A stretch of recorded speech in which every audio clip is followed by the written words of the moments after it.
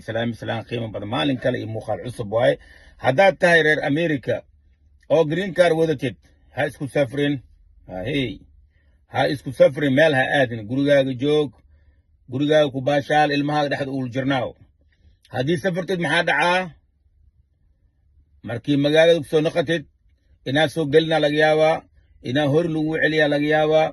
If you're not a U.S. citizen, you should not leave the United States. Hi, I'm Jim Hacking, immigration lawyer practice. رفات أجرا مركا كولي وقتي لسفرة دم الجوجو وأوغا نمول بحثرا فيكيشن أنا صباح سمرة للجوجا وحال الجوجا خراب السلاني لكن إسلالي. That we've been seeing stories left and right of people who have valid immigration status not being allowed back into the United States. American dignity US citizen Eheen إسلالي شاكر وحنتهاي أدي حنتهاي.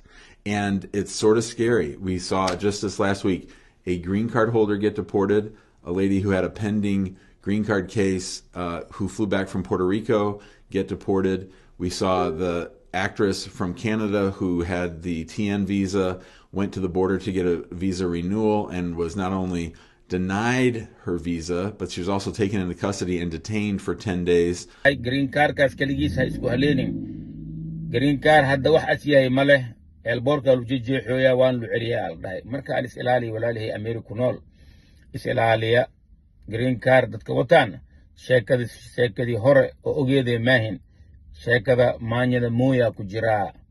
But what we're seeing is the legal immigrants having their rights taken away, being detained, being forced to try to waive those rights, and being asked to surrender their green cards at the border. Before you travel. So if you are a green card holder, if you are an H-1B visa holder, if you are a student and you are in the United States, anybody who is not a U.S. citizen should not leave the United States.